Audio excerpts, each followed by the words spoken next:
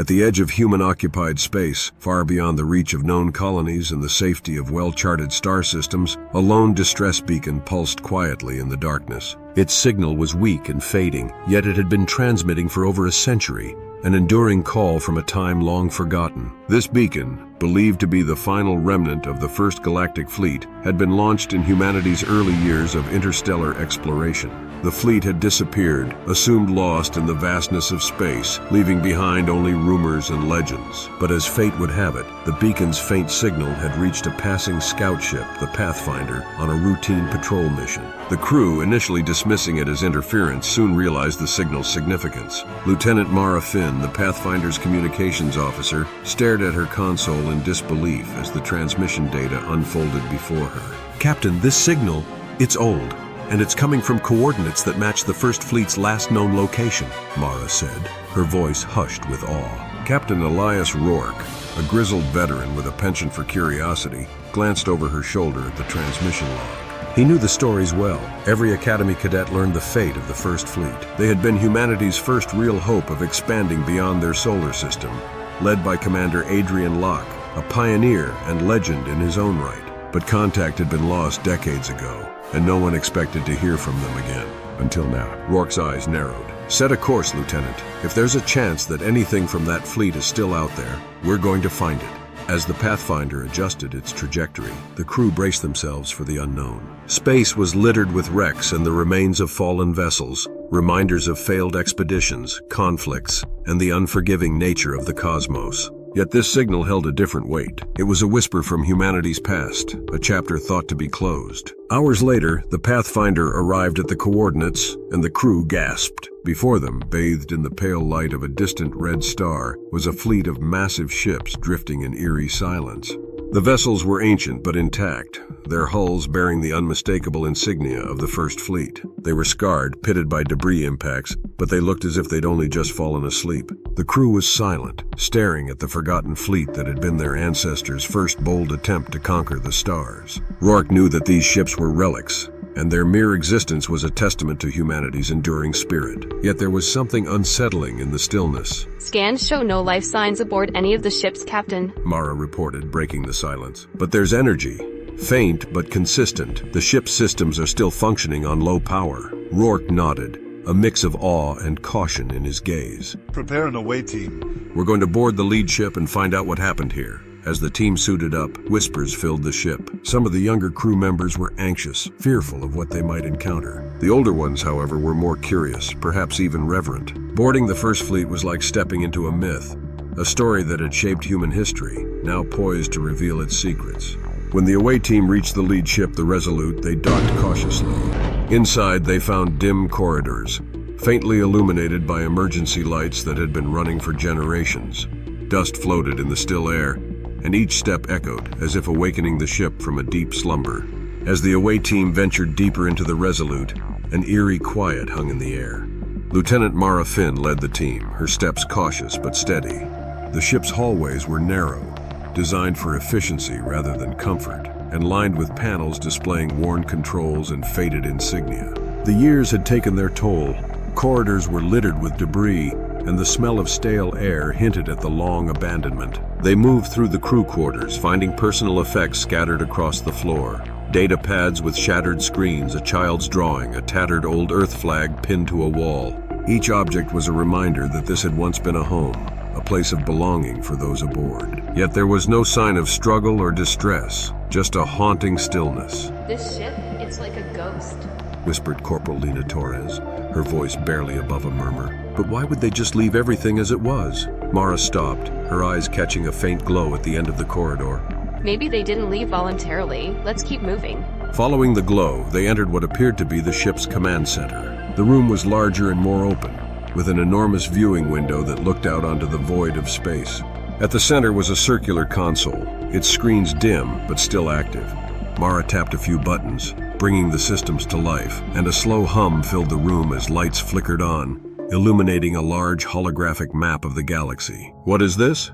asked Lieutenant Finn, tracing her finger along the flickering stars. The map was different from anything she'd seen before, with entire regions marked in red, a warning perhaps, or a record of past events.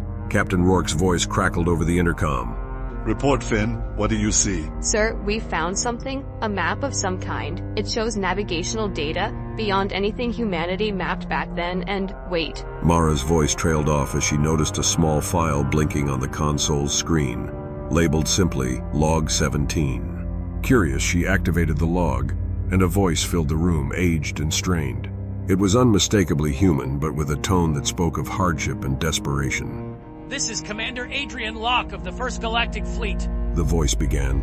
If anyone is hearing this, we did not fail. We discovered something. A danger we could never have anticipated. The crew held their breath as the recording continued, the commander's voice heavy with regret. We ventured beyond known space, following signals of unknown origin. What we found was not friendly. We lost half our fleet within days to an enemy unseen, unheard. They are out there, lurking beyond the edges of our maps. The recording fell silent for a moment, then resumed, softer now, as if Commander Locke were speaking directly to whoever might find this log. To you who hear this, be wary. Humanity is not alone, but we are far from prepared. We've left these coordinates as a warning. If you find us, let our loss be a reminder. The galaxy holds secrets we are not ready to face. With a final click, the log ended, leaving the team in silence, haunted by the commander's words. Mara exhaled, her heart pounding. Captain, did you get that? There was a pause, then Rourke's voice came through, subdued. We got it, Lieutenant. Return to the Pathfinder. I don't want us staying here any longer than necessary. As they turned to leave, a faint rumble echoed through the Resolute, like a pulse reverberating from the ship's depths. Mara froze, glancing at her teammates. Did anyone else feel that? Lena nodded, her face pale. It felt like a heartbeat. The rumbling grew louder, a deep rhythmic thrum echoing through the Resolute's darkened corridors, almost like the pulse of a living being. Mara and her team exchanged wary glances, unease settling over them as they began their trek back to the airlock. With each step, the strange vibrations intensified, reverberating through the metal floors beneath their boots. Captain Rourke's voice crackled over the intercom, tension clear in his tone. Lieutenant, what's happening over there?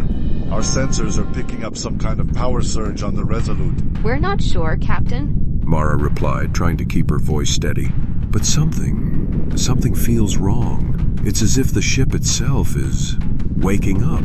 They turned a corner, reaching the main corridor that led to the docking bay. But just as they were about to enter, the lights flickered, and a strange hum filled the air. The control panels lining the walls suddenly blinked to life, displaying cryptic symbols and warning lights that hadn't been active moments before.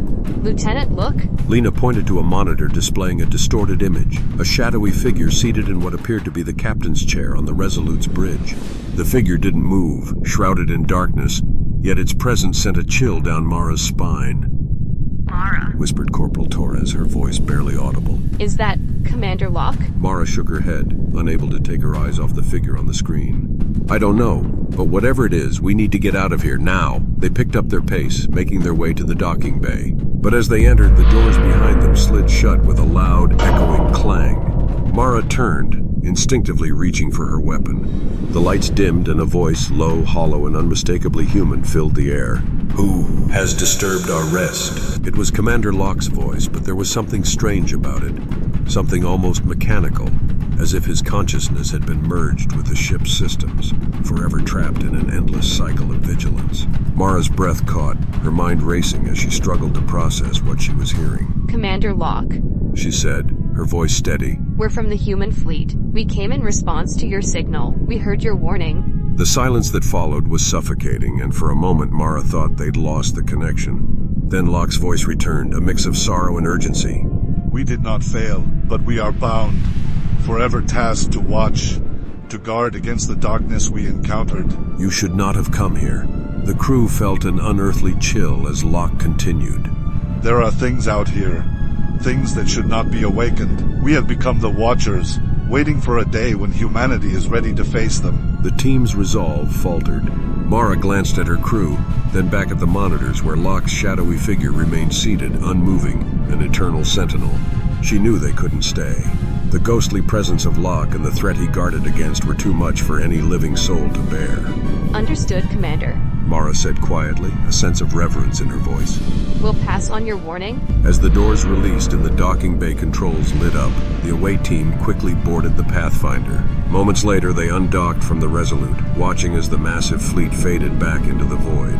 Captain Roarke's voice broke the silence, filled with the weight of what they had just witnessed. We have our answer. Humanity isn't alone, but we may not be ready for what's out there. As the Pathfinder turned and left the ancient fleet behind, the distress beacon blinked once, then fell silent, the forgotten fleet returning to its quiet vigil, waiting once more in the darkness.